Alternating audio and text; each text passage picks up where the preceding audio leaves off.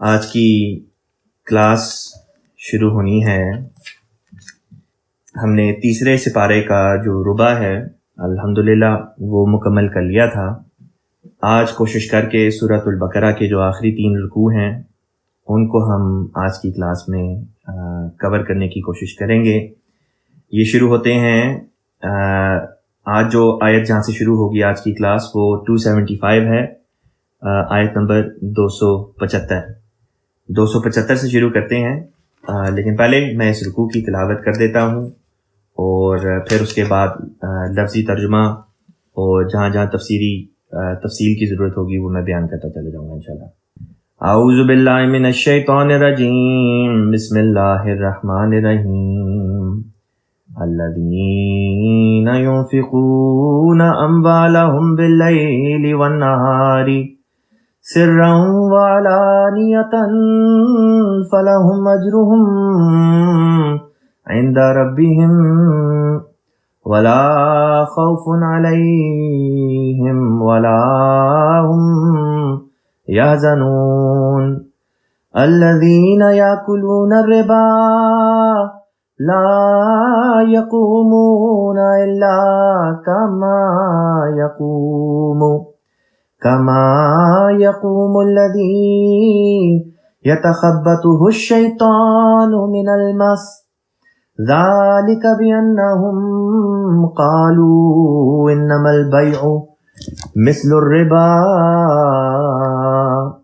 وأحل الله البيع وحرم الربا، فمن جاءه موعظة من ربه فانتهى فله ما سلف وأمره إلى الله ومن عاد فأولئك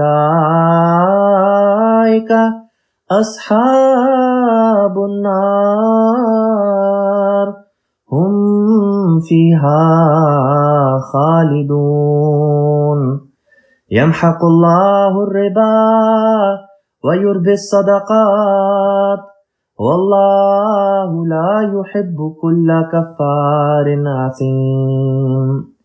إن الذين آمنوا وعملوا الصالحات وأقاموا الصلاة وآتوا الزكاة لهم أجرهم عند ربهم ولا خوف عليهم ولا هم يحزنون۔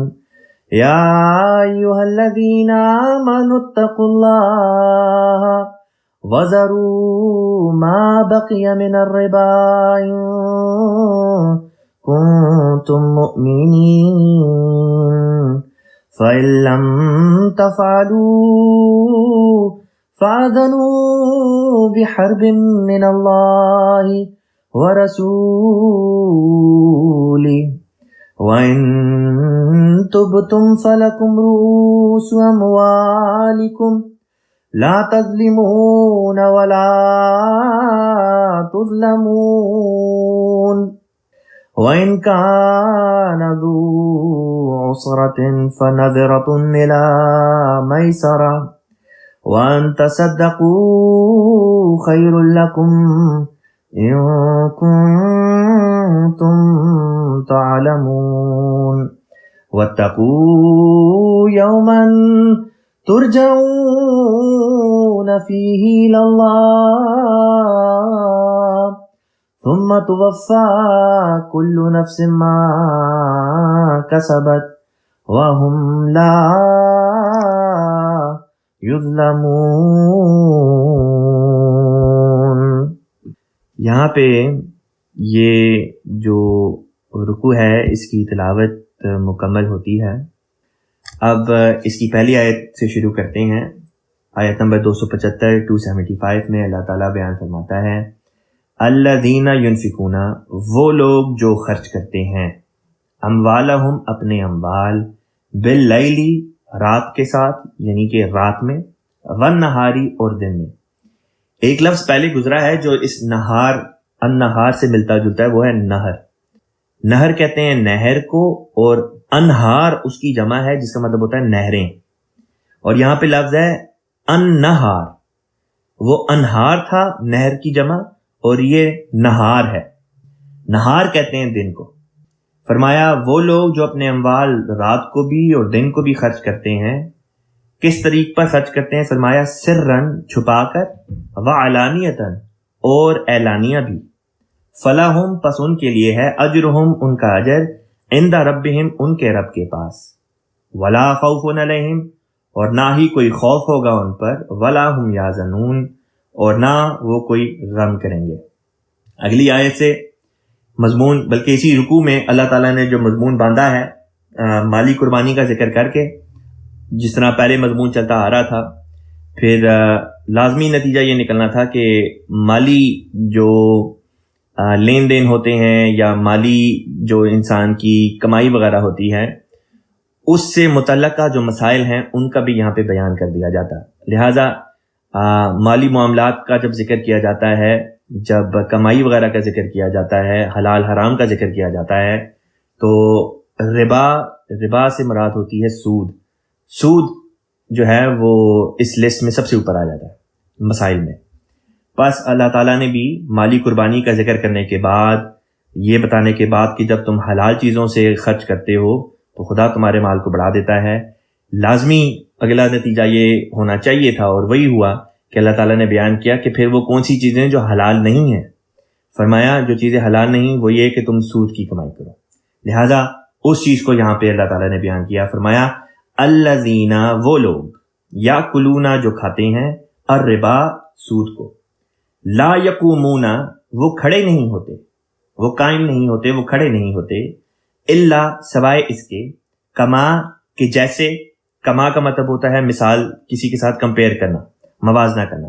فرمایا کہ وہ لوگ جو سود کھاتے ہیں وہ کھڑے نہیں ہوتے, یا یہ کہ وہ کھڑے نہیں ہو سکتے سوائے اس طرح کہ جیسے اس شخص کی مثال. اب مثال اللہ تعالیٰ دے رہا ہے, یقوم وہ کھڑا ہوا, الذی وہ جو کھڑا ہوا, یقوم الذی وہ جو کھڑا ہوا, یتخبطہ الشیطان, یتخبطہ کا مطلب ہوتا ہے حواس باختہ کر دیا اس کو, الشیطان شیطان نے, من المس اپنے چھونے سے, اپنی مس سے. ذالک یہ اس لیے ہوا یا یہ اس لیے ہے, بِأَنَّهُمْ کیونکہ انہوں نے, قالو انہوں نے کہا, انما البیع یقیناً جو تجارت ہے, بزنس ہے, مثل الربا سود کی طرح ہی ہے. اب یہاں پہ اللہ تعالیٰ یہ بات بیان کر رہا ہے کہ وہ لوگ جو سود کھاتے ہیں وہ کسی بات کے اوپر کھڑے نہیں ہو سکتے, ان کو اللہ تعالیٰ نے ثبات قدم عطا ہی نہیں کیا. دوسرا یہ کہ ان کی ہمت اور شجاعت جو ہے وہ ختم ہو جاتی ہے. لہٰذا اس کے نتیجے میں ہوتا کیا ہے, وہ شیطان کے غلام ہو جاتے ہیں, شیطانی وساوس کے غلام ہو جاتے ہیں. کبھی ان کو یہ وسوسہ کھا رہا ہوتا ہے کہ کاش ہم سود اور لے لیتے, کسی کو قرضہ دیا ہو اور سود کے اوپر دیا ہو تو یہ خیال آتا ہے کہ کاش ہم سود تھوڑا اور ریٹ اس کا بڑھا دیتے. کبھی یہ خیال آتا ہے کہ سود کے اوپر مزید سود آئے اور ہمارا جو اصل مال ہے وہ وہیں کا وہی کھڑا رہے, جسے راس المال کہتے ہیں یا اصل زر کہتے ہیں. پھر یہاں پہ اللہ تعالیٰ نے ایک اور بات ہمیں سمجھائی. فرمایا کہ ایسے لوگوں کی مثال جو سود کھاتے ہیں اور بہانے تلاش کرتے ہیں سود کھانے کے, ان کی مثال اس شخص کی طرح ہے جس کی عقل کو یا جس کے حواس کو شیطان باختہ کر دے چھونے سے. حضرت مسلم موعود رضی اللہ تعالیٰ عنہ نے مثال دی. آپ نے بیان فرمایا کہ جس طرح پیٹرول ہوتا ہے, گیسولین ہوتی ہے, کہ اس کو اگر آگ کی چنگاری بھی ہلکی سی ٹچ کر جائے, مس کر جائے, تو وہ آگ پکڑ جاتی ہے, یعنی کہ اس کو آگ لگ جاتی ہے. اسی طریقے سے اس قسم کا انسان ہوتا ہے کہ اس کے اندر پہلے سے شیطانی مادہ ہوتا ہے, اس کے اندر پہلے سے جنون کے جو اثرات ہیں, جراثیم ہیں, وہ پہلے سے موجود ہوتے ہیں. یعنی کہ ایسا شخص پہلے سے اس کا وجود, اس کی روح, اس کی فطرت مسخ ہو چکی ہوتی ہے. بس شیطان ہلکا سا اس کو بدی کی طرف تحریک کرتا ہی ہے کہ وہ بدی کی راہ پر دوڑنے لگتا ہے, چلتا بھی نہیں ہے بلکہ دوڑنے لگتا ہے. بس یہاں پہ اسی قسم کے لوگوں کا اللہ تعالیٰ نے ایک عذر بیان کیا کہ جو وہ پیش کرتے ہیں, اور وہ در حقیقت عذر نہیں بلکہ اعتراض ہے. وہ اعتراض یوں پیش کرتے ہیں, لوگ یہ کہتے ہیں جو سود خور ہیں کہتے ہیں کہ یہ تجارت بھی جو ہے یہ بھی تو سود ہی کی طرح ہے. اب سوال پیدا ہوتا ہے کہ سود کس چیز کا نام ہے؟ سود کہتے ہیں جب آپ کوئی مال کسی کو دیں اس شرط پر کہ یہ میرا مال ہے. مثلا میں کسی کو کہوں کہ یہ میں تمہیں $100 جو ہے یہ میں تمہیں دیتا ہوں قرض کے طور پہ. تم نے $100 تو واپس کرنے ہی کرنے ہیں, لیکن جب تم واپس کرو گے تو تم نے $5 مجھے ایکسٹرا واپس کرنے ہیں. یہ جو $5 کی جو میں نے حد لگائی, یا اگر میں کوئی پرسنٹیج کی حد لگا دوں, اس کا نام سود ہے. اب اگر اس میں اور بزنس میں کیا فرق ہے یہ بھی سمجھنے کی ضرورت ہے, تاکہ آگے آنے والی آیات کا جو مضمون ہے وہ آپ کو آسان طریق پر سمجھ آ جائے. سود اور تجارت میں یا بزنس میں فرق یہ ہے کہ سود میں آپ منافع معین کر دیتے ہیں. آپ یہ کہتے ہیں کہ یہ $100 جو ہے یہ میں تمہیں دے رہا ہوں, اس کے اوپر 5% یا $5 جو ہے یہ تم نے مجھے اتنے عرصے میں واپس کرنا ہے. جب آپ نے یہ معین کر دیا تو اس میں سے یہ خدشہ نکل گیا کہ یہ جو آپ کی اصل یہ جو $100 دیے تھے یہ کم بھی ہو سکتے ہیں. اس میں کمی بیشی کی جو وہ تھی آپشن تھی وہ آپ نے نکال دی. گویا کہ منافع جو ہے آپ نے اپنا وہ آپ نے یقینی بنا لیا کہ مجھے منافع ہونا ہی ہونا ہے, کم تو میرا مال ہو ہی نہیں سکتا. اس کا نام سود ہے. بزنس میں یہ چیز نہیں ہوتی. بزنس میں یہ ہوتا ہے کہ مثلا میں ایک بندہ ہے اس کا نام ہے حنان, میں حنان کو کہتا ہوں حنان میں تمہیں $100 دیتا ہوں بزنس میں تمہارے, ٹھیک ہے, اور جو منافع ہوگا اس میں بھی میری جو ہے وہ شرکت ہوگی, اور اگر نقصان ہوگا تو اس میں بھی میری شرکت ہوگی. یہ کہنے کے بعد اگر اس بزنس میں کوئی منافع ہوتا ہے اور مجھے 100 کے اوپر $5 یا $15 یا $20 یا $100 ایکسٹرا مل جاتے ہیں تو یہ سود نہیں, یہ سود نہیں. یہاں پہ ایک اور بات بھی یاد رکھنے والی ہے کہ ہم بات کرتے ہیں قرضے سے ریلیٹڈ. تو قرضے سے ریلیٹڈ جب ہم بات کرتے ہیں تو اس میں کس طرح سے سود عمل دخل سود کا ہوتا ہے. بعض لوگ کہتے ہیں کہ رسول پاک صلی اللہ علیہ وسلم جب کسی سے قرضہ لیتے تھے تو آپ صلی اللہ علیہ وسلم جب واپس لوٹاتے تو اس کو ایکسٹرا لوٹاتے. یہ ایکسٹرا لوٹانا بطور احسان کے تھا کہ جب مجھے ضرورت تھی تم نے میرے مشکل وقت میں میری مدد کی مجھے قرضہ دے کے, لہٰذا میں تمہارے اس احسان کا بدلہ چکاتے ہوئے میں بھی احسان کر رہا. حل جزاء الاحسان الا الاحسان. اب یہاں پہ قرضہ دینے والا یہ ایکسپیکٹ نہیں تھا کرتا کہ مجھے جتنا میں نے قرضہ دیا ہے اس سے ایک ٹیڈی پیسہ اوپر بھی ملے گا, لیکن بطریق احسان رسول پاک صلی اللہ علیہ وسلم ہمیشہ کچھ نہ کچھ زیادہ دے دیا کرتے تھے. کوئی معین رقم نہیں تھی ہوتی, کوئی معین پرسنٹیج نہیں تھی ہوتی, بلکہ ہمیشہ کچھ کبھی تھوڑا زیادہ دے دیا کبھی کچھ ایکسٹرا کر دیا. اس کو احسان کہتے ہیں, اس کو سود نہیں کہتے. سود یہ ہوگا کہ اگر معین کر دیا جاتا کہ اچھا $100 دے رہے ہیں تو $100 کے اوپر $5 یا $15 جو ہے یہ لازمی ایکسٹرا واپس کرنا ہے. یہ سود کی شکل قرض کی اس میں آ جاتی ہے زمرے میں. اب اس مضمون کو لے کے آگے بڑھتے ہیں. یہ لوگ آگے سے جو یہ انہوں نے اعتراض کیا اس کا جواب اللہ تعالیٰ نے کیا دیا. اللہ نے یہ جواب دیا وَأَحَلَّ اللَّهُ الْبَيْعَ. اللہ فرماتا ہے دیکھو تمہارا یہ جو اعتراض ہے یہ کیوں غلط ہے. ان کا اعتراض کیا تھا؟ یہ تھا کہ تجارت جو کرتے ہیں بزنس جو کرتے ہیں وہ بھی تو سود ہی کی طرح ہے, دونوں میں منافع ہوتا ہے, دونوں میں مال بڑھ جاتا ہے. اللہ تعالیٰ نے فرمایا یہ بات کس طرح سے صحیح ہو سکتی ہے جبکہ احل اللہ البیع, اللہ نے تجارت کو حلال قرار دیا ہے, وحرم الربا, اور اس نے سود کو حرام قرار دیا ہے. بس ایک چیز جو حلال ہے اور دوسری چیز جو حرام ہے وہ ایک دوسرے سے ملتی جلتی کس طرح ہوگی. فرمایا فمن جاءہ, پس جو کوئی بھی, فمن پس جو جاءہ اس کے پاس آئے, موعظۃ نصیحت من ربی ہی اس کے رب کی طرف سے, فانتہا اور پھر وہ باز آ جائے, یعنی کہ کوئی سود خور ہے اس کو خدا کی طرف سے یہ نصیحت پہنچتی ہے, وہ سنتا ہے اس آیت کو اور نصیحت پکڑ لیتا ہے.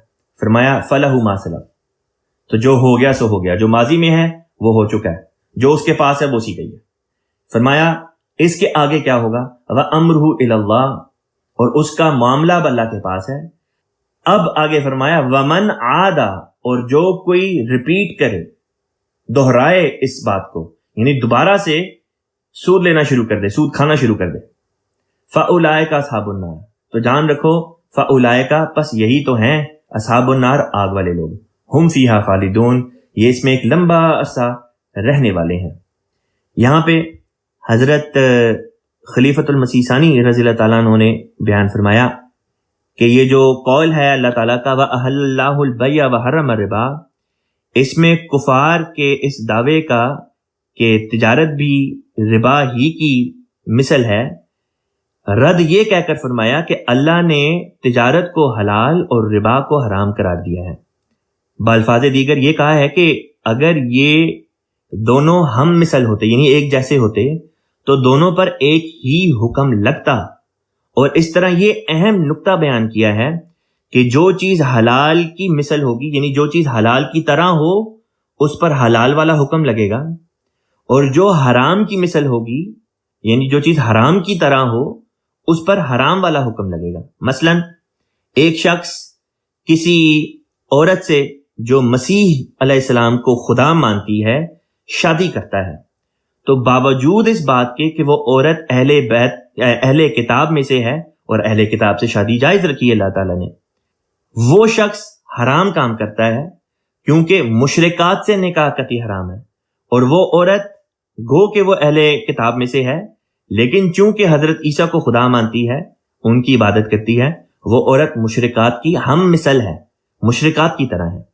اسی طرح شہد حلال ہے، لیکن اگر کوئی یہ قسم کھا لے کہ وہ شہد کبھی بھی استعمال نہیں کرے گا، تو یہ بات منع ہے، کیونکہ اس نے حلال چیز کو حرام کی طرح بنا دیا، حرام کی مثل بنا لیا۔ یا تحفہ وصول کرنا حلال ہے، لیکن اگر کوئی شخص جماعت کا عہدے دار ہے، اس نے حلال چیز کو حرام کی مثل بنا لیا ہے۔ حضور بیان فرمایا یا تحفہ وصول کرنے والا حلال، تحفہ وصول کرنا حلال ہے، لیکن اگر کوئی شخص جماعت کا عہدے دار ہے اور اسے اس کے عہدے کی وجہ سے تحفے تحائف ملتے ہیں، تو رشوت کی ہم مثل ہونے کی وجہ سے ان کا لینا اس پر حرام ہوگا، اور حضور صلی اللہ علیہ وسلم نے اور حضرت عمر رضی اللہ تعالیٰ عنہ نے اس سے منع فرمایا ہے۔ اب ایک جگہ پہ پھر حضرت مسلم موعود رضی اللہ تعالیٰ عنہ نے رسول پاک صلی اللہ علیہ وسلم کی ایک حدیث کوٹ فرمائی، وہ یہ ہے کہ حضور صلی اللہ علیہ وسلم نے فرمایا کلو قرض جر منفعتا فہو ربا، ہر قرض جو حصول منافع کے لیے دیا جائے ربا ہے۔ یعنی رسول پاک صلی اللہ علیہ وسلم نے فرمایا اگر کوئی تمہیں قرض اس نیت سے دیتا ہے کہ اس قرض کے دینے سے اس کو فائدہ ملے گا، تو اس کا نام ربا ہے۔ اسی طرح حضرت مسیح موعود علیہ الصلوۃ والسلام کے سامنے یہ سوال پیش ہوا کہ سر سید احمد خان صاحب نے یہ لکھا ہے کہ صرف سود در سود لینا جو ہے وہ منع ہے، تو اس کا کیا جواب ہے؟ تو حضرت مسیح موعود علیہ السلام نے فرمایا یہ بات غلط ہے کہ سود در سود سے مراد ہوتی ہے کہ آپ نے کہیں پہ کسی کو پیسے دیے، اس پیسے پہ آپ کو سود ملتا ہے، اور پھر مزید اس کے اوپر اور سود آپ کو ملتا ہے، اس کو سود در سود کہتے ہیں۔ تو فرمایا کہ سر سید احمد خان جو تھا وہ یہ کہتے تھے کہ پہلا جو آپ کو انسٹالمنٹ ملتی ہے سود کی، وہ آپ کے لیے جائز ہے، لیکن اگر آپ اسی سود کی انویسٹمنٹ کو لے کے جو آپ کو سود آیا اس کو کہیں اور لگاتے ہیں اور مزید اور سود کماتے ہیں تو وہ حرام ہے۔ اس کا جواب مسیح موعود علیہ السلام نے یوں دیا، یہ بات غلط ہے، سود در سود کی ممانعت کی گئی ہے، اور سود جائز ہوتا ہے شریعت کا، اور سود در سود کی ممانعت کی گئی اور سود جائز ہوتا ہے شریعت کا، ہرگز یہ منشا نہیں ہے۔ یہ فکرے اس قسم کے ہوتے ہیں جیسے کہا جاتا ہے گناہ در گناہ مت کرتے جاؤ، یعنی یہ کہ گناہ کے اوپر گناہ مت کرو، اس سے یہ مطلب نہیں ہوتا کہ گناہ ضرور کرو۔ تو یہ بعض باتیں تھیں اس آیت کے زمرے میں جن کا بیان کرنا ضروری تھا، سو آپ لوگوں کی خدمت میں نے وہ شیئر کر دی۔ اگلی آیت میں اللہ تعالیٰ بیان فرماتا ہے یمحق اللہ الربا، اللہ مٹا دیتا ہے، یمحقو کہتے ہیں وہ مٹاتا ہے، اللہ تعالیٰ کیا چیز مٹاتا ہے؟ فرمایا الربا، اللہ سود کو مٹا دیتا ہے، وَيُرْبِ الصَّدَقَاتِ، اور وہ بڑھاتا ہے الصدقات کو، یعنی کہ صدقات کو بڑھاتا ہے۔ خلیفۃ المسیح الاول رضی اللہ تعالیٰ عنہ نے اس آیت کا یہ معنی کیا کہ اللہ سود کو اس طرح مٹاتا ہے کہ وہ کہتا ہے سودی کاروبار نہ کرو، سود کا لین دین نہ کرو۔ اس طرح سے اللہ تعالیٰ نے معاشرے سے سود کی تعلیم کو مٹا دیا۔ اور یورب صدقات، صدقات کو بڑھاتا ہے اس طرح سے کہ وہ کہتا ہے کہ تم زیادہ صدقات جو ہیں وہ دیا کرو۔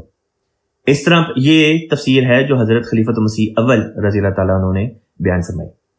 اب حضرت مسلم موعود رضی اللہ تعالیٰ عنہ نے اس کے کیا معنی لیے ہیں وہ سنیں۔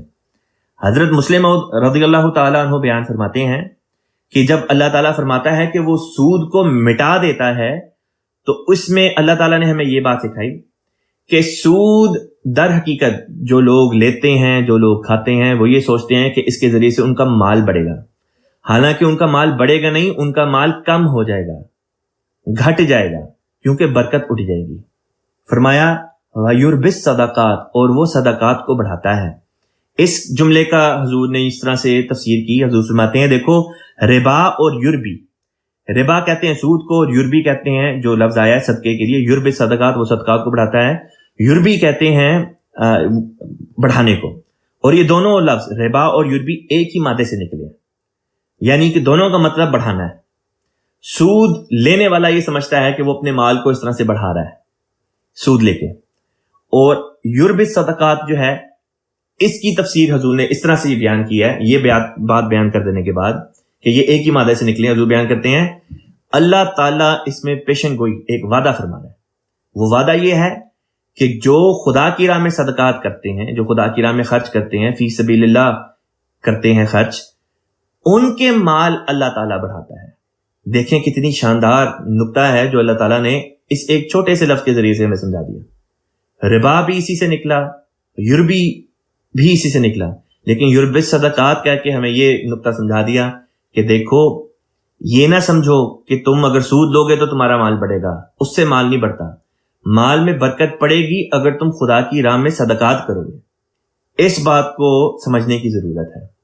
ہم لوگ کئی دفعہ مالی مشکلات میں پھنس جاتے ہیں، اس وقت سمجھ نہیں آتی کہ کیا کیا جائے، تو ہمیں اللہ تعالیٰ نے مالی مشکلات سے نکلنے کا یہ طریق سمجھا دیا کہ دیکھو مالی مشکلات کا سامنا ہو تو بڑھ چڑھ کر صدقات کرو، نتیجہ یہ نکلے گا کہ خدا تعالیٰ تمہارے وہ جو تم نے مال خدا کی راہ میں خرچ کیا ہوگا وہ خدا تعالیٰ تمہیں لوٹا کر کئی گنا لوٹا کر واپس کرنا شروع کر دے گا، تمہاری مشکلات کا اللہ تعالیٰ حل نکالنا شروع کر دے گا۔ دیکھیں رسول پاک صلی اللہ علیہ وسلم کی ایک حدیث مبارکہ ہے، آپ صلی اللہ علیہ وسلم نے بیان فرمایا کہ اللہ تعالیٰ یہ بات بیان کرتا ہے یبن آدم انفق علیک، کہ اے ابن آدم میری راہ میں خرچ کر، اس کا نتیجہ یہ ہوگا کہ پھر میں تجھ پر خرچ کروں گا۔ دیکھیں کیسی شاندار پیشن گوئی ہے جو ہمارے لیے ہمارے اللہ تعالیٰ نے رسول پاک صلی اللہ علیہ وسلم کے ذریعے سے جو ہے وہ بیان کی حدیث قدسی کی شکل میں، کہ جو خدا کی راہ میں خرچ کرتا ہے وہ بھوکا نہیں مرتا، خدا تعالیٰ اس کو بڑھا چڑھا کے دیتا ہے۔ بس میں اس موقع سے فائدہ اٹھا کے اس بات کی تحریک کرنا چاہوں گا کہ آج کل جو لاک ڈاؤن کی صورت ہے اور کئی لوگوں کو مالی مشکلات کا سامنا ہے، اپنے لازمی چندوں کی طرف توجہ کریں۔ لازمی چندوں کی طرف توجہ کریں گے تو ایک تو یہ فائدہ ہوگا کہ اللہ تعالیٰ کی راہ میں خرچ کرنے کے نتیجے میں اللہ تعالیٰ آپ کو بڑھا چڑھا کے واپس کرے گا، اور آپ کی مالی جو تنگیاں ہیں ان کو اللہ تعالیٰ دور کر دے گا۔ دوسرا اس کا نتیجہ یہ ہوگا کہ جب آپ اللہ کی راہ میں خرچ کریں گے اس وجہ سے کہ خدا کے خلفاء نے یہ شرح مقرر کی ہے اور لازمی چندہ جات ہمارے لیے سامنے قربانی کا ایک دروازہ کھول دیا ان کے ذریعے سے، تو خلفاء کی آواز پہ لبیک کہنے کے نتیجے میں مزید اللہ تعالیٰ کی طرف سے ہمیں جو ہے وہ ثواب ملے گا۔ گویا کہ ایک فائدے نہیں بلکہ کئی فوائد اپنے چندے، لازمی چندے خدا تعالیٰ کی راہ میں پیش کرنے کے نتیجے میں ہمیں ملنا شروع ہو جائیں گے۔ ایک دوست کا واقعہ یہاں پہ شیئر کرتا ہوں، ایک احمدی دوست ہیں، چند سال پہلے کی یہ بات ہے۔ انہوں نے ان کی اولاد ہونے والی تھی اور کچھ ہفتہ قبل ان کی جاب چلی گئی، یا چند دن پہلے جو بھی تھا ان کی جاب چلی گئی، اور ان کے بینک میں اس وقت $500 تھے، اور ساتھ میں یہ کہ وہ ایک بیسمنٹ میں رہتے تھے اپنی بیگم کے ساتھ، اور مہینہ ختم ہونے والا تھا اور بیسمنٹ کا کرایہ بھی تقریباً $800 کے قریب تھا۔ تو ان دوست نے خود بتایا، وہ کہتے ہیں کہ اسی اسنا میں تھے کہ کس طرح خرچہ پورا ہو، تو جماعت کے سیکٹری مال آ گئے اور انہوں نے چندے کی طرف توجہ دلائی۔ اب یہ کشمکش تھی کہ کیا کیا جائے، کہ ان کے پاس اتنے پیسے بھی نہیں تھے کہ اپنی جو ہے وہ بیسمنٹ کا کرایہ بھی ادا کر سکیں، اور دوسری طرف جماعت کا سیکٹری آ کے کہتا ہے کہ چندہ دیں۔ اس پر ان دونوں میاں بیوی نے یہ فیصلہ کیا کہ ہمارے پاس تو اتنے پیسے ہیں ہی نہیں کہ ہمارے خرچے پورے ہوں، لہٰذا ہم اللہ تعالیٰ کے دین کی ضرورت کے لیے یہ پیسے دے دیتے ہیں جو ہمارے پاس ہیں، اور اپنی ضرورت کو اللہ تعالیٰ کے حوالے کرتے ہیں۔ $500 کا انہوں نے چیک لکھ کے سیکٹری مال کے ہاتھ میں تھما دیا۔ اسی دن، غالباً اسی دن یا شاید اگلے دن، لیکن جہاں تک مجھے یاد پڑتا ہوں دوست نے غالباً یہی بتایا تھا کہ اسی دن ان کو میل میں $5,000 کے قریب کا ایک چیک آیا جو ان کے سابق امپلائر کی طرف سے تھا، اس بندے کی طرف سے تھا جس کے لیے یہ کام کیا کرتے تھے، اور جو بعض مہینوں کی تنخواہ ان کی رہتی تھی، 2-3 مہینوں کی جو بھی رہتی تھی، وہ اس بندے نے ان کی تنخواہ جو ہے وہ ان کو بہرحال واپس کر دی، ان کو دے دی، جس کے نتیجے میں جو انہوں نے 500 خدا کی راہ میں دیے تھے، اللہ تعالیٰ نے 5,000 کی شکل میں ان کو اسی دن لوٹا بھی دیے۔ یہ وہ بات ہے جس کا ذکر رسول پاک صلی اللہ علیہ وسلم نے فرمایا، انفق علیک، کہ تو خدا کی راہ میں خرچ کر، تو دیکھے گا کہ خدا کیسے تجھ پہ خرچ کرتا ہے۔ بس یہ بھی ایک نسخہ ہے اگر کوئی اس کو آزمانا چاہے۔ آگے مضمون کو لے کے چلتے ہیں۔ اللہ تعالیٰ نے اسی آیت کے آخر میں فرمایا، واللہ، اور اللہ تعالیٰ، لا یحب، نہیں پسند کرتا، کل کفارن، کفار کہتے ہیں ناشکرے کو، سخت ناشکر، اللہ ہر ناشکرے کو، سخت ناشکرے کو پسند نہیں کرتا۔ اثیم کہتے ہیں بہت زیادہ گناہ گار۔ فرمایا کہ اللہ تعالیٰ ہر قسم کے سخت ناشکرے کو اور گنہگار کو پسند نہیں کرتا۔ یہاں پہ یہ نقطہ بھی سمجھا دیا کہ جو سود خور ہے، سودی کاروبار وغیرہ کرتا ہے، سود کا لین دین کرتا ہے، وہ خدا کا ناشکرا ہوتا ہے، اور اسی پہ بس نہیں ہوتی بلکہ اس کا دل سخت گنہگار ہو جاتا ہے۔ بہت بڑی تنبیہ ہے، اگر کوئی سیکھنے کے لیے اس آیت کو دیکھے، اس سے سبق سیکھنا چاہے تو بہت بڑے سبق اللہ تعالیٰ نے یہاں پہ بیان فرما دیا۔ آگے چلتے ہیں، اللہ تعالیٰ بیان فرماتا ہے، ان الذین، یقیناً وہ لوگ، آمنو جو ایمان لائے، وعملوا الصالحات، اور اعمال بجا لائے صالحات نیک، واقاموا الصلاۃ، اور نماز کو قائم کیا، وآتوا الزکاۃ، اور زکوٰۃ ادا کی، لہم اجرہم، ان کے لیے ان کا اجر ہے، عند ربہم، ان کے رب کے پاس، ولا خوف علیہم، اور نہ ہی کوئی خوف ہوگا ان پر، ولا ہم یحزنون، اور نہ ہی کسی قسم کا کوئی حزن وہ کریں گے، یا یہ کہ نہ وہ غمگین ہوں گے۔ پچھلی آیت میں اللہ تعالیٰ نے بیان کیا تھا کہ اللہ تعالیٰ صدقات کو بڑھاتا ہے، لیکن اس آیت میں خاص طور پر، اور جب اللہ تعالیٰ جو بھی خدا کی راہ میں خرچ کرتا ہے، اللہ تعالیٰ اس کے مال کو بڑھا چڑھا کر اس کو واپس کرتا ہے۔ اس آیت میں اللہ تعالیٰ نے لیکن مزید اس بات کو کھولا کہ خدا کی راہ میں تو خرچ مختلف قسم کے لوگ کرتے ہیں، لیکن زیادہ فائدہ انہی لوگوں کو پہنچے گا، بالخصوص ان کو پہنچے گا جو نیک اعمال بھی بجا لاتے ہیں۔ اور نیک اعمال میں 2 اعمال کو خاص طور پر معین کر کے فرمایا، ایک ہے اقامت صلاۃ، یعنی نماز کو قائم کرنا، اور دوسرا ایتاء زکوٰۃ، یعنی کہ زکوٰۃ کو ادا کرنا، یعنی کہ خدا کی راہ میں خرچ کرنا۔ یہ 2 باتیں، نماز اور خدا کی راہ میں خرچ کرنا، یہ وہ نیک اعمال کی مثال اللہ تعالیٰ نے یہاں پہ دے دی کہ ایمان کی حالت ہو، نماز بھی قائم کرتے ہوں، زکوٰۃ بھی دیتے ہوں، تو بالخصوص یہ وہ لوگ ہیں جن کا اجر اللہ کے پاس ہے، ان پر نہ کوئی خوف ہوگا، نہ یہ کوئی غم کرنے والے ہوں گے۔ اگلی آیت میں فرمایا، یا ایھا الذین آمنوا، اے وہ لوگوں جو ایمان لائے ہو، آمنوا اتقوا اللہ، اللہ کا تقوی اختیار کرو، یعنی اللہ سے ڈرو، اور ضرور یہ حکم کے طور پہ آیا ہے، امر کا صیغہ ہے، فرمایا چھوڑ دو تم سب، ضرور چھوڑ دو، ما بقیہ، جو باقی رہ گیا، من الربا، سود میں سے۔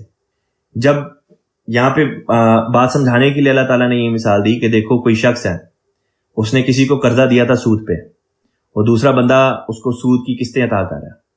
جیسی اس تک یہ ہدایت پہنچی، اس نے نصیحت پکڑ لی، اب آگے کیا کرنا چاہیے تھا؟ اللہ نے فرمایا، وَذَرُوا مَا بَقِيَ مِنَ الرِّبَا، اب مزید سود نہیں لینا، چھوڑ دو، ان کنتم مؤمنین، اگر تو تم فی الواقعہ حقیقت میں میری باتوں پر ایمان لانے والے ہو، مومن ہو، تو اسی طرح کرو جس طرح تمہیں بتایا جا رہا ہے کہ فوراً اسی وقت سے تم سود کا لینا جو ہے اس کو بند کر دو، سود کا لین دین بند کر دو۔ پھر آگے ایک تنبیہ بھی فرمایا فَإِن لَمْ تَفْعَلُوا، پس جان رکھو، فَإِن لَمْ، پس اگر، لم تفعلوا، تم نے ایسا نہ کیا، فَأَذَنُوا، تو سن رکھو، بِحَرْبٍ مِّنَ اللَّهِ، فَأَذَنُوا کا مطلب ہوتا ہے آزان دے دو، آزان بھی اسی سے نکلا ہے، آزان کا بھی مطلب ہوتا ہے اعلان کرنا۔ فَأَذَنُوا، پس اعلان جنگ ہے، سن لو اعلان جنگ، فَأَذَنُوا، پس اعلان سن لو، بِحَرْبٍ، جنگ کا، من اللہ، اللہ کی طرف سے، وَرَسُولِهِ، اور اس کے رسول کی طرف سے۔ وَإِن تُبْتُمْ، اور اگر تم توبہ کر لو، فَلَكُمْ، تو تمہارے لیے ہے، رؤوس اموالکم، تمہارے راس المال، راس المال یعنی تمہاری جو اصل رقم تھی جو تم نے بندے کو قرض دی تھی۔ مثلا جس طرح میں نے مثال دی کہ اگر میں کسی کو $100 قرض دیتا ہوں اور اگر میں یہ شرط لگا دوں کہ $5 جو ہیں یہ تم نے لازمی مجھے اس کے اوپر ایکسٹرا منافع کے طور پہ دینے، تو یہ سود ہے۔ اب یہ آیت میرے تک پہنچی، میں اس سے یہ نتیجہ خاص کروں کہ اچھا اب میں نے اسی وقت سے سود کا لینا چھوڑ دینا ہے، سود نہیں لینا۔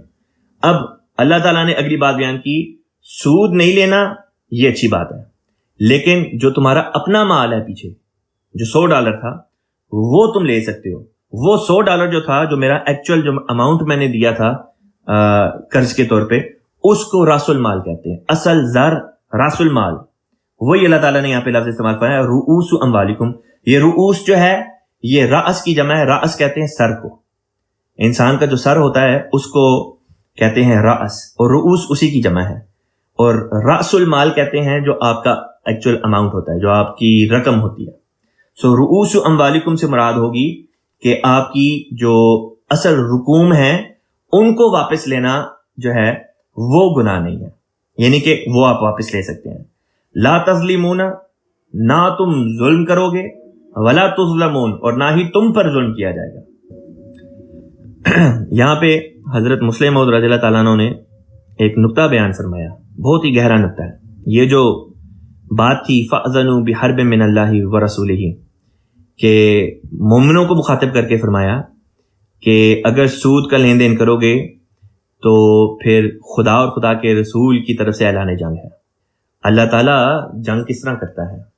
اس طرح سے تو نہیں کرتا کہ اللہ تعالیٰ خود تلوار لے کے اترا ہے، مراد یہ ہوتی ہے کہ پھر اللہ تعالیٰ تمہارے خلاف کسی اور قوم کو کھڑا کر دے گا اور وہ تم سے جنگ کرے گی، یا کسی اور ذریعے سے تمہیں تمہاری تباہی کے سامان کر دے گا، اور اس طرح پر تم تباہ و برباد ہو جاؤ گے۔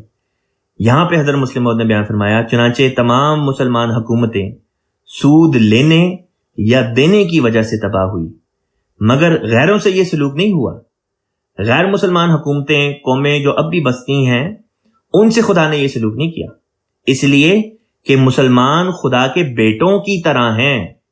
جس طرح ایک باپ ہوتا ہے جب اس کے بچے غلطی کرتے ہیں تو وہ اپنے بچوں کو سزا بھی دے دیتا ہے، ان کو ڈانٹ ڈپٹ بھی کر لیتا ہے، لیکن کسی پڑوسی کے بچے ہوں یا کسی اور غیر کے بچے ہوں تو انسان ان کو کچھ بھی نہیں کہتا، انسان پرواہ بھی نہیں کرتا کہ یہ بچے کیا کر رہے ہیں، کیونکہ وہ اس کے اپنے بچے نہیں ہوتے۔ اسی طرح فرمایا اس لیے کہ مسلمان خدا کے بیٹوں کی طرح ہیں، وہ غلطی کریں تو ان کو تنبیہ کرتا ہے، دوسرے غلطی کریں تو وہ پرواہ نہیں کرتا۔ اب یہاں پہ کوئی یہ نہ سمجھ لے کہ یہ جو فکر ہے کہ مسلمان خدا کے بیٹوں کی طرح ہیں تو نعوذ باللہ من ذالک کہ یہ کہا جا رہا ہے کہ خدا کے بیٹے بھی ہوتے ہیں، ہرگز نہیں ہوتے۔ اللہ تعالیٰ نے در حقیقت خود قرآن پاک کی ایک آیت میں فرمایا کہ اللہ کو اس طرح سے یاد کرو جس طرح تم اپنے باپوں کو یاد کرتے ہو۔ وہاں پہ یہ مراد نہیں تھی کہ اللہ واقعتاً تمہارا باپ ہے، بلکہ مراد یہ تھی کہ جس طرح تم اپنے باپ کی عزت کرتے ہو، احترام کرتے ہو، اسے محبت کرتے ہو، اسی طرح تم خدا کی بھی محبت کرو، خدا کو بھی اسی طرح یاد کرو، اس کا بھی اسی طرح احترام کرو۔ فرمایا وَأَشَدُّ حُبًّا، بلکہ اس سے بھی زیادہ محبت جو ہو، اپنے باپ سے بھی زیادہ جو محبت ہو وہ تم خدا تعالیٰ کے ساتھ کیا کرو، اپنے باپ سے زیادہ احترام تم اللہ تعالیٰ کا کیا کرو۔ بس اسی مثال کو یہاں پہ لگا کے تو یہ فکرہ جو ہے استعمال کیا گیا ہے۔ اب آگے چلتے ہیں، مضمون کو آگے لے کے بڑھتے ہیں۔ اگلی آیت میں اللہ تعالیٰ بیان فرماتا ہے وَإِن كَانَ ذُو عُسْرَةٍ، وَإِن كَانَ، اور اگر کوئی یا اگر وہ ہو، ذو عسرتن، ذو کہتے ہیں والا، عسرتن کہتے ہیں تنگی، اور اگر وہ تنگی والا ہو۔ اب یہاں پہ ذکر چل رہا ہے جس کو قرضہ دیا گیا تھا، ایک ہے قرضہ دینے والا، دوسرا ہے قرضہ جس نے لیا ہے، مقروض قرضہ لینے والا۔ اب قرضہ لینے والے کا ذکر چل رہا ہے. فرمایا وَإِن كَانَ ذُو عُسْرَةٍ، اور اگر وہ جس نے قرضہ لیا ہے وہ تنگ دست ہو، غریب ہے، مفلس ہے، افورڈ نہیں کر سکتا، قرضہ تو لے لیا ہے، اب واپس کرنے کے سامان نہیں ہو پا رہے، کیا کرے؟ فرمایا فَنَظِرَةٌ إِلَى مَيْسَرَةٍ، فَنَظِرَةٌ پس مہلت دو، پس مہلت، الا طرف، میسرہ آسانی، مراد یہ کہ پھر اس کو آسائش تک مہلت دینی چاہیے. مثلا ایک شخص ہے، میں کسی کو قرضہ دوں $100 اور وہ کہے کہ میں یہ آپ کو 5 دنوں میں لوٹا دوں گا. 5واں دن آتا ہے تو وہ لوٹا نہیں سکتا کیونکہ اس کی ابھی تک تنخواہ واپس نہیں آئی اور اس کی تنخواہ کے آنے میں ابھی 3 دن ہیں. تو اس آیت کے مطابق وہ 3 دن تک مزید مہلت اس کو دینی چاہیے، کیونکہ ان 3 دن کے بعد اس کو آسائش ہوگی، اس کی تنخواہ آ جائے گی تو وہ قرضہ واپس لوٹا سکتا ہے. تو یہاں پہ قرضہ دینے والے کو نصیحت کی کہ دیکھو جس کو تم نے قرضہ دیا ہے اس کے حالات سے واقف ہو جاؤ. اگر وہ قرضہ واپس کرنے میں اس کو مشکل ہو رہی ہے تو تم اس کو مہلت دے دو اس وقت تک کے لیے کہ جب وہ اس کو ادا کر سکے. اگلا فقرہ تھا وَأَن تَصَدَّقُوا، اور یہ کہ اگر تم تصدقوا، تم صدقہ کر دو، خیرات کر دو. مراد یہ کہ جو اس کو قرضہ وغیرہ دیا تھا وہ معاف کر دو. مثلا یہ کہ میں جس نے میرے سے $100 قرضہ لیا ہے میں اسے کہوں کہ یہ $100 تو مجھے نہیں دے سکتے، کوئی بات نہیں تم رکھو، میں نے معاف کیا. اس بارے میں خدا کا کیا فتویٰ ہے؟ فرمایا خیر لکم، تو یہ بات تمہارے لیے بہتر ہے، ان کنتم تعلمون، اگر تم علم رکھتے ہو. اگلی آیت پہ چلتے ہیں. اللہ تعالیٰ نے فرمایا واتقوا، اور ڈرو. کس بات سے؟ فرمایا یومن، اس دن سے ڈرو. اس دن میں کیا ہونا ہے جس دن سے ڈرایا جا رہا ہے؟ فرمایا ترجعون فیہ الی اللہ، تم سب لوٹائے جاؤ گے اس دن میں خدا کی طرف، یعنی روز آخرت کا یہاں پہ ذکر چل رہا ہے. ثم توفا، ثم پھر توفا، پورا پورا لوٹایا جائے گا. اب ایک لفظ ہے توفا جس کا مطلب ہوتا ہے وفات، اور یہ ہے توفا جس کا مطلب ہوتا ہے پورا پورا لوٹانا. غیر احمدی کہتے ہیں کہ جو لفظ عیسیٰ علیہ السلام کی وفات کے لیے توفا آیا ہے اس سے مراد، یا توفی اس کو کہتے ہیں، وہ کہتے ہیں وہ اس کا مطلب یہی ہے کہ پورا پورا لینا، اور پورا پورا لینے سے مراد ہے کہ پورا جسم اور پوری روح دونوں، یعنی کہ جسم اور روح سمیت عیسیٰ علیہ السلام کو اللہ نے اٹھا لیا. حالانکہ توفا کا مطلب یہ ہوتا ہے کہ انسان کو وفات دے کے جسم ادھر ہی چھوڑ دیا جاتا ہے اور روح اٹھا لی جاتی ہے، روح خدا کے پاس چلی جاتی ہے. اور یہاں پہ توفا ہے. اب یہ باب مختلف ہے، عربی زبان کا مادہ دونوں لفظوں کا ایک ہی ہے. توفا کا بھی مادہ جس کا مطلب وفات ہے، اور یہ توفا جس کا مطلب ہے پورا پورا لے لینا، دونوں کا مادہ ایک ہی ہے، باب مختلف ہے. اب یہاں پہ یہ بھی دیکھ لیں کہ یہ لفظ توفا ہے اور وہ توفا ہے. یہاں پہ تے پہ پیش ہے، وہاں پہ تے پہ زبر ہے. دونوں الفاظ میں چھوٹا سا فرق ہے، لیکن اس چھوٹے سے فرق کو نہ سمجھنے کی وجہ سے غیر احمدیوں نے ایک انسان کو آسمان پہ چڑھا دیا، یہ فرق نہ سمجھنے کی وجہ سے. اس لیے عربی گرامر کو بھی سمجھنے کی کوشش کرنی چاہیے. فرمایا ثم توفا کل نفس، یہ وہ دن ہوگا جس دن کیا ہوگا؟ ثم توفا، جب تم سب اکٹھے کر دیے جاؤ گے خدا کے سامنے، پھر توفا پورا پورا دیا جائے گا، کل نفس، ہر جان کو، ما کسبت، جو اس نے کمایا، وہم لا یظلمون، اور وہ ظلم نہیں کیے جائیں گے. یہاں پہ یہ رکوع ختم ہوتا ہے. اب اگلے رکوع کی تلاوت میں کر دیتا ہوں. اگلے رکوع میں جو مضمون ہے وہ لین دین کا. پہلے مضمون چل رہا تھا سود کا، اب مضمون چل رہا ہے لین دین کا. اللہ تعالیٰ اس رکوع میں جو فرماتا ہے، میں پہلے ان باتوں کی تلاوت کر دیتا ہوں آیات کی. یا ایھا الذین آمنوا اذا تداینتم بدین الی اجل مسمی فاکتبوہ وَلْيَكْتُبْ بَيْنَكُمْ كَاتِبٌ بِالْعَدْلِ وَلَا يَأْبَ كَاتِبٌ أَن يَكْتُبَ كَمَا عَلَّمَهُ اللَّهُ فَلْيَكْتُبْ وَلْيُمْلِلِ الَّذِي عَلَيْهِ الْحَقُّ وَلْيَتَّقِ اللَّهَ رَبَّهُ وَلَا يَبْخَسْ مِنْهُ شَيْئًا فإن كان الذي عليه الحق سفيها أو ضعيفا أو لا يستطيع أن يمل فهو فليملل وليه بالعدل واستشهدوا شهيدين من رجالكم فإن لم يكونا رجلين فرجل وامرأتان ممن ترضون من الشهداء أن تضل إحداهما فتذكر إحداهما الأخرى ولا يأبى الشهداء إذا ما دعوا ولا تسأموا أن تكتبوا صغيرا أو كبيرا إلى أجله ذلكم أقسط عند الله وأقوم للشهادة وأدنى ألا ترتابوا إلا أن تكون تجارة حاضرة تديرونها بينكم فليس عليكم جناح ألا تكتبوها وأشهدوا إذا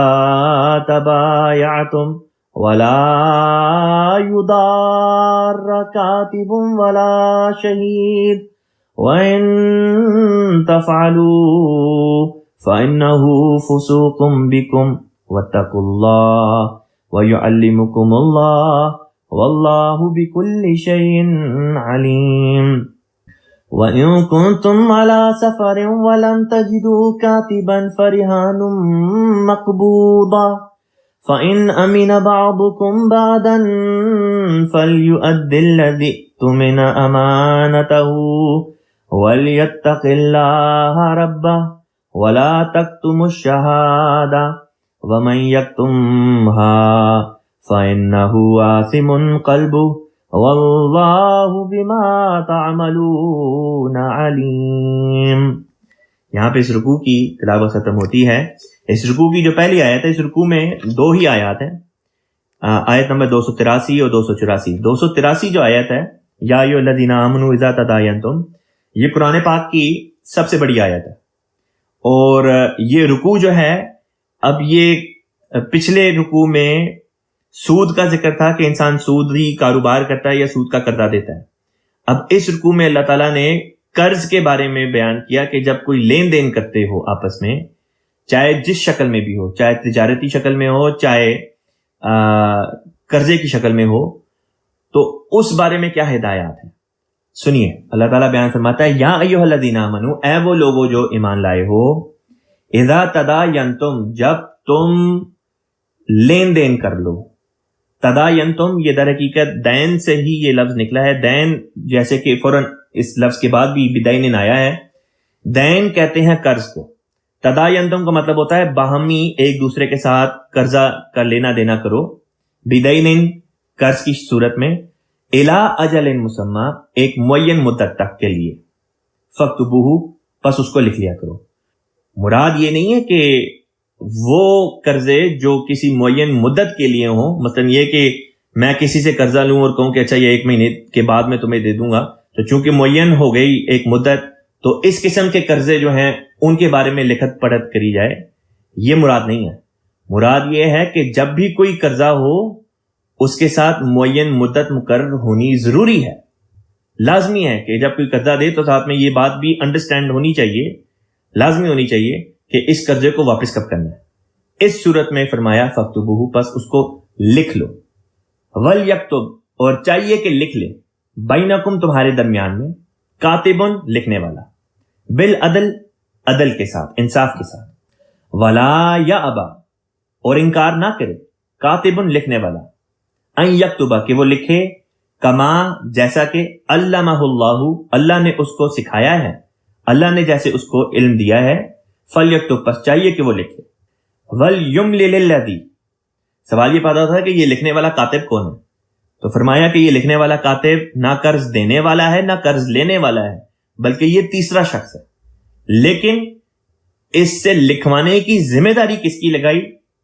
قرضہ لینے والے کی، دینے والے کی نہیں، جو قرضہ لے رہا ہے اس کی ذمہ داری لگائی کہ یہ اس کے کندھوں پہ ذمہ داری ہے کہ وہ کاتب ارینج کرے، اور کاتب جو ہے وہ پھر یہ اس بارے میں، قرض کے بارے میں جو ڈیٹیلز ہیں ان کو لکھ لے۔ فرمایا وَلْيُمْلِلْ، یملل کہتے ہیں، اور چاہیے کہ وہ املا کروائے۔ کون املا کرائے؟ فرمایا الذی، وہ علیہ الحق، جس کے اوپر حق ہے، یعنی جس کے اوپر قرضے کو واپس کرنے کا حق رکھ دیا گیا۔ مثلا دو لوگ ہیں، میں اپنی مثال دیتا ہوں، میں ہوں اور ایک بندہ ہے جس کا نام ہے حنان۔ اب میں حنان کو قرض دیتا ہوں اور حنان نے میرے سے قرضہ لیا ہے، لہٰذا اب حنان کی ذمہ داری ہے کہ وہ تیسرے بندے کو ارینج کرے جو عدل کے مطابق لکھنے والا ہو، اور وہ اس کانٹریکٹ کو لکھے، قرضے کی شرائط کو لکھے۔ اور لکھوانے والا کون؟ حنان۔ اس میں بھی حکمت، کیونکہ اس نے قرض لیا ہے، لہذا جب وہ لکھوائے گا تو بعد میں جب قرضہ واپس کرنا ہوگا تو وہ آئیں بائیں شائیں نہیں کر سکتا، وہ بہانے تلاش نہیں کر سکتا۔ وہ یہ نہیں کہہ سکتا کہ جب قرضہ لیا تھا تو اس وقت جو بھی شرائط لکھوائی گئیں، جو لکھی گئیں، میں کیونکہ جلد بازی میں تھا، مجھے پیسے کی ضرورت تھی یا مجھے فلاں چیز کی ضرورت تھی، میری توجہ اس طرف نہیں تھی، اور اس طرح سے لوپ ہول تلاش کرنے کی کرنے کی کوشش کر سکتا ہے۔ اللہ تعالیٰ نے اس بات کا یہیں پہ توڑ بیان کر دیا کہ لکھنے کی ذمہ داری، لکھوانے کی ذمہ داری قرضہ لینے والے کے اوپر رکھ دی کہ بعد میں کوئی آئیں بائیں شاید کوئی بہانہ نہ تلاش کر سکے۔ فرمایا وَلْيُمْلِلِ الَّذِي، اور چاہیے کہ املا کرائے وہ علیہ الحق، جس نے قرضہ واپس کرنا ہے، وَلْيَتَّقِ اللَّهَ، اور چاہیے کہ اللہ کا تقوی اختیار کرے، اللہ سے ڈرے، ربہ، جو اس کا رب ہے، وَلَا يَبْخَسْ، اور کم نہ کرے، منہ، اس میں سے شیئا، کچھ بھی، یعنی جو جتنا قرضہ اس کو دیا گیا ہے اس کو کم کر کے واپس نہیں کرنا، جتنا لیا ہے وہ پورے کا پورا واپس کرنا، کم نہیں کرنا۔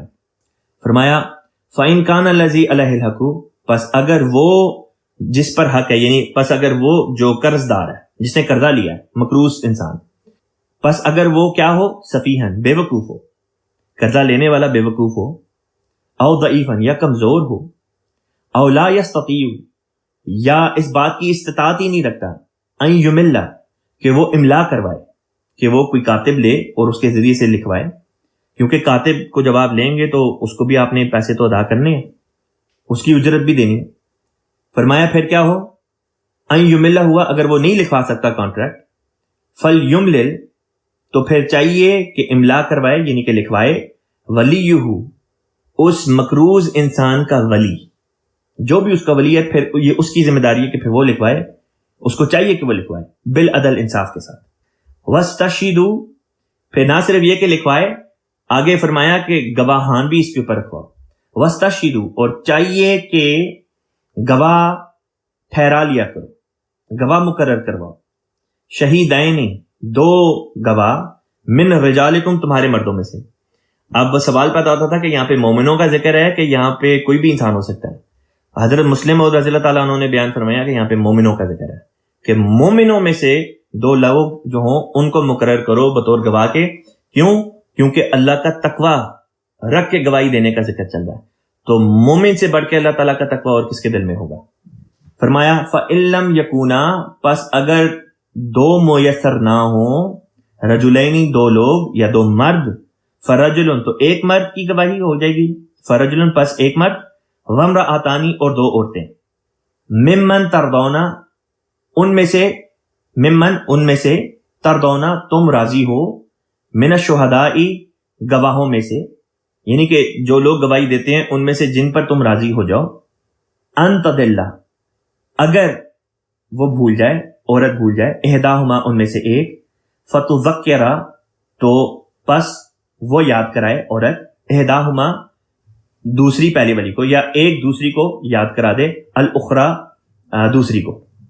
یہاں پہ سوال پیدا ہوتا تھا کہ کیا اللہ تعالیٰ نے عورت کی گواہی کو مرد کے مقابل پہ آدھی گواہی ٹھہرایا ہے؟ کیونکہ یہاں پہ ہے کہ دو مردوں کی گواہی ہو، اور اگر دو مرد میسر نہ ہو تو ایک مرد اور دو عورتیں، تو اس سے بعض لوگ یہ نتیجہ اخذ کرتے ہیں کہ ہر بات، پہلی بات یہ کہ ہر بات میں عورت کی گواہی مرد سے آدھے کے برابر ہے، یعنی کہ جہاں پہ ایک مرد کی گواہی کی ضرورت ہوگی وہاں پہ 2 عورتوں کی گواہی کی ضرورت ہوگی، جہاں پہ 2 مردوں کی گواہی کی ضرورت ہوگی وہاں پہ 4 عورتوں کی گواہی کی ضرورت ہوگی، اور جہاں پہ 4 مردوں کی گواہی کی ضرورت ہوگی وہاں پہ 4 نہیں بلکہ 8 عورتوں کی گواہی کی ضرورت ہوگی۔ یہ بات قرآن کریم کے خلاف ہے، یہ قرآن کی تعلیم کے خلاف ہے، یہ مطلب ہی نہیں ہے۔ خود اس آیت نے یہ بات کھول دی۔ پہلی بات کہ یہاں پہ ذکر چل رہا ہے مالی لین دین کا۔ مالی لین دین میں لفظوں کی بڑی اہمیت ہوتی ہے۔ ایک لفظ ادھر سے ادھر ہو جائے تو پورے کا پورا کانٹریکٹ زائل بھی ہو سکتا ہے، اونچ نیچ بھی ہو سکتی ہے، ظلم بھی ہو سکتا ہے اس کے اوپر بنا کر کے۔ لہذا فرمایا ہاؤس وائف جو ہوتی ہیں یا عمومی طور پہ جو خواتین ہوتی ہیں، چونکہ ان کا زیادہ تر لین دین کے ساتھ اتنا کام نہیں ہوتا، گھروں کے جو بل وغیرہ ہوتے ہیں وہ بھی مرد حضرات عمومی طور پہ ادا کر رہے ہوتے ہیں۔ اسی طریقے سے جو دوسرے قرضے وغیرہ ہیں، لونز وغیرہ ہیں، ان کی ادائیگی وغیرہ جو ہے، ان سب چیزوں میں بھی زیادہ تر مرد حضرات ہی عمومی طور پہ کام کر رہے ہوتے ہیں۔ عورتوں کا اس میں کم عمل دخل ہوتا ہے، یہ نہیں کہ نہیں ہوتی، بعض عورتیں ہوتی ہیں جو شاید مردوں سے بھی اس معاملے میں تیز ہوں، لیکن عمومی طور پہ مجموعی طور پہ جب دیکھا جائے تو مرد اس معاملے میں زیادہ چونکہ ہینڈل کرتے ہیں، ان کا زیادہ ایکسپیرینس ہوتا ہے، لہٰذا وہاں پہ گواہی مرد کی رکھی گئی۔ لیکن پھر 2 عورتیں کیوں رکھی گئی ایک مرد کے مقابلے میں؟ اس لیے نہیں کہ 2 عورتیں مل کے گواہی دیں گی تو ایک گواہی شمار ہوگی۔ اللہ تعالیٰ نے فرمایا گواہی تو ایک ہی عورت کی ہوتی ہے۔ دوسری عورت کی وجہ کیا پڑی، ضرورت کیا تھی؟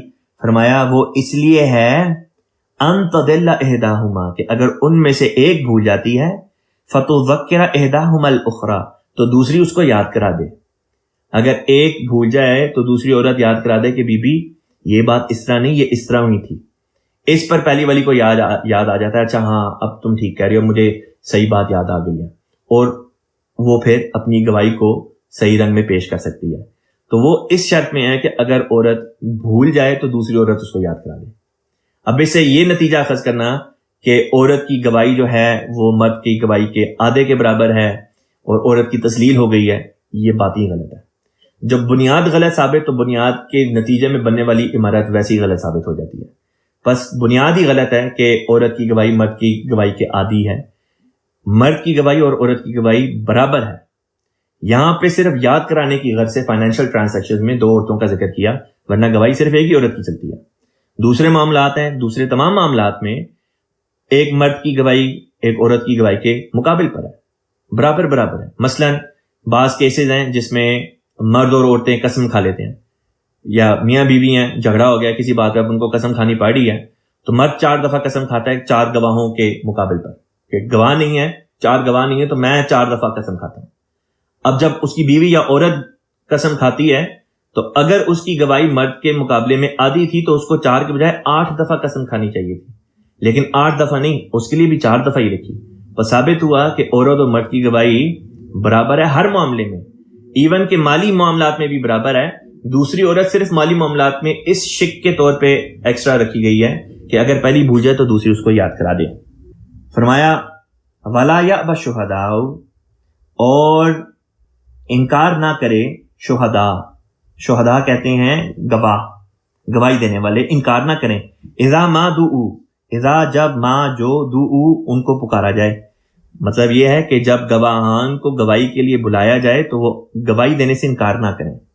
ولا تسأموا، اور تم اکتاؤ نہیں، تنگ نہ آ جاؤ، ان تکتبوہ، کہ تم لکھو، صغیراً او کبیراً، چھوٹی بات یا بڑی بات، الی اجلہ، اس کی مقررہ میعاد تک کے لیے۔ مراد یہ ہے لین دین خواہ چھوٹا ہو یا بڑا، اسے اس کی مقررہ میعاد تک یعنی مکمل معاہدے تک لکھنے سے اکتاؤ نہیں، تنگ نہ آ جاؤ اس بات سے۔ پھر آگے فرمایا ذالکم، یہ بات تمہارے لیے ہے، اقسط کہتے ہیں بہت منصفانہ، یعنی انصاف قائم کرنے کے لحاظ سے تمہارے لیے بہترین بات ہے کہ تم لکھ لو، چاہے چھوٹی ٹرانزیکشن ہو یا بڑی ٹرانزیکشن ہو، بہتر یہی ہے کہ لکھ لو۔ فرمایا عند اللہ، اللہ کی نظر میں، وَأَقْوَمُ لِلشَّهَادَةِ، اور شہادت کو قائم کرنے کے لیے، گواہی کو قائم کرنے کے لیے بہت مضبوط قدم ہوگا یہ. وَأَدْنَا، ادنا دنا سے نکلا ہے. دنا کہتے ہیں جھک جانا یا قریب ہو جانا. ادنا کا مطلب ہے زیادہ قریب تر. وَأَدْنَا، اور یہ بات زیادہ قریب تر ہے. اللہ ترتابو، کہ تم کسی قسم کے شکوک میں پڑو. ترتابو کہتے ہیں تم شکوک میں پڑو تم سب. اور یہ ریب سے نکلا ہے، جس طرح اللہ نے فرمایا ذالک کتاب لا ریب فیہ. ریب کہتے ہیں شک کو. فرمایا کہ اگر تم لکھ لو گے تو یہ انصاف کے لحاظ سے، شہادت کے لحاظ سے، اور اسی طریقے سے شک میں نہ پڑھنے کے لحاظ سے بہترین عمل ہے جو تم کر سکتے ہو اگر تم لکھت پڑھت کر لیتے ہو، چاہے چھوٹا لین دین ہو یا بڑا لین دین ہو. اللہ، اب اللہ نے ایک ایکسیپشن بھی بتا دی. اللہ ان تکونا، سوائے اس کے کہ تکونا تجارتاً حاضرہ، کہ تم ایسی تجارت کرو جو آپس میں لے دے لیتے ہو. یہ تجارتاً حاضرہ کہتے ہیں ایسی تجارت جو فوری عمل میں آ جائے. حضور نے اس کا ترجمہ کیا ہے 10 بدس تجارت، ایک ہاتھ دے ایک ہاتھ لے. اگر اس قسم کی تجارت ہے جو ایک ہاتھ دے ایک ہاتھ لے والی بات ہے تو اس کیس میں بے شک پھر نہ لکھو. اس میں پھر اللہ نے ایکسیپشن دے دی، چھوٹ دے دی. فرمایا تدیرونہا بینکم. تدیرونہا کا مطلب ہوتا ہے کہ تم اس کے چکر لگاتے ہو، اس تجارت کے آپس میں چکر لگاتے ہو. مراد یہ ہے کہ ایک دوسرے کے ساتھ لین دین کرتے ہو. بینکم، آپس میں. فلیس علیکم، پس نہیں ہے تم پر، جناحن، کوئی گناہ، اللہ تکتبوہا، کہ تم اسے نہ لکھو. اللہ کے نہ، یہ اصل میں اللہ جو ہے، یہ اللہ یہاں پہ جو اس آیت میں آیا اللہ تکتبوہا، اس میں اللہ جو ہے یہ اصل میں 2 لفظ ہیں. ایک ہے ان، جس کا مطلب ہوتا ہے کہ، اور دوسرا ہے لا، جس کا مطلب ہوتا ہے نہیں. تو اللہ کا مطلب ہوگا کہ نہیں، تکتبوہا، تم اسے لکھو. مطلب یہ کہ وہ لین دین جو فوری طور پہ عمل میں آ جاتے ہیں، ایک ہاتھ دے ایک ہاتھ لے، جسے 10 بدس تجارت کہتے ہیں، اگر اسی وقت آپس میں لے دے لیتے ہو تو اس صورت میں تم پر کوئی گناہ نہیں کہ تم اسے نہ لکھو. دوسری صورتوں میں گناہ قرار دیا، اس کا یہ مطلب ہے. اگر دوسری صورتوں میں تم نہیں لکھتے ہو تو یہ گناہ کی صورت میں آ جائے گا. بس یہ کام نہیں کرنا. وَأَشْهِدُوا، گواہ ٹھہرا لیا کرو. اذا تبایعتم، جب تم تجارت کرو، خرید و فروخت کرو. ولا یدار، لا یدار، یدار کہتے ہیں یہ ضرر پہنچانے سے ہے، اور ضرر نہ پہنچائی جائے. کس کو ضرر نہ پہنچائی جائے؟ کاتبن، لکھنے والے کو. جو کاتب تیسرا بندہ ہائر کیا تھا اس کو ضرر نہ پہنچائے. ولا شہید، اور نہ ہی گواہ کو. وَإِن تَفْعَلُوا، اور اگر تم اس طرح کرتے ہو یعنی ان کو تکلیف پہنچاتے ہو، فَإِنَّهُ، تو پس یقیناً یہ ہے تمہارا اس قسم کا کام کرنا، فسوقم بکم، بہت بڑے گناہ کی بات ہے تمہارے لیے. وَاتَّقُوا اللَّهَ، اللہ سے ڈرو. وَيُعَلِّمُكُمُ اللَّهُ، اور اللہ ہی ہے جو تمہیں تعلیم دیتا ہے. وَاللَّهُ بِكُلِّ شَيْءٍ عَلِيمٌ، اور اللہ ہر اس بات سے، ہر چیز کا اللہ تعالیٰ خوب علم رکھتا ہے. یہاں پہ ایک سوال پیدا ہوتا تھا، اس سوال کا جواب دے کے تو آج کی کلاس کو ختم کرتے ہیں. باقی کا مضمون انشاءاللہ تعالیٰ بیان کروں گا. سوال یہ تھا کہ لکھنے والے کو اور گواہ کو تکلیف کس طرح سے پہنچائی جاتی ہے. ولا یدار کاتب ولا شہید. تو اس بارے میں حضرت مسلم موعود رضی اللہ تعالیٰ عنہ نے جو باتیں بیان کی ان کا خلاصہ پیش کرتا ہوں. آپ بیان فرماتے ہیں ان الفاظ سے مندرجہ ذیل احکام نکلتے ہیں. نمبر 1، اگر کاتب پیشہ ور ہے، یعنی کہ لکھنا، کانٹریکٹس وغیرہ کا لکھنا اس کا پیشہ ہے، تو اسے اجرت دینی چاہیے، تو اس کو کچھ پیسے دینے چاہیے. ورنہ اس سے لکھوانا اسے ضرر پہنچانے کے مترادف ہوگا، یعنی کہ مفت میں کام کروانا اس کو تکلیف دینے کے مترادف ہوگا. نمبر 2، اگر گواہ کو قاضی کے سامنے بلایا جائے تو اس کے اخراجات دیے جانے چاہیے. اگر کوئی گواہ ہے اس کو وکیل کے سامنے یا کورٹ کے سامنے پیش کرنا ہے تو اس کو بلانے کے لیے جو اخراجات ہیں، مثلا ہو سکتا ہے اس کو اپنی جاب سے چھٹی لینی پڑے جس کے نتیجے میں اس کے ایک دن کی جو ہے وہ سیلری کم ہوتی ہو، یا اس کو ٹیکسی کا خرچہ دینا پڑے، جو بھی ہو. فرمایا کہ اس کے اخراجات دیے جانے چاہیے، ورنہ اسے ضرر پہنچے گا. نمبر 3، اگر کسی شخص کو گواہ بننے سے نقصان پہنچتا ہو تو اسے گواہی پر مجبور نہیں کرنا چاہیے. اگر یہ نہیں ہے کہ ایک بندہ ہے وہ گواہ بن گیا ہے اور گواہ بننے کے بعد وہ کہتا ہے کہ اب میں نے گواہی نہیں دینی، میں نے آ کے پیش نہیں ہونا، یہ مراد نہیں۔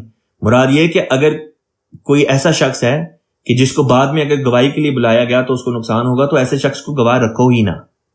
نمبر 4، کاتب اور گواہ پر کسی قسم کا ناجائز دباؤ نہ ڈالا جائے۔ جو لکھنے والا ہے اور جو گواہ ہے ان پر کسی قسم کا پریشر نہیں ہونا چاہیے۔ یہ باتیں ہیں جو یہاں پہ پیش کرنے والی تھیں، جن کا میں نے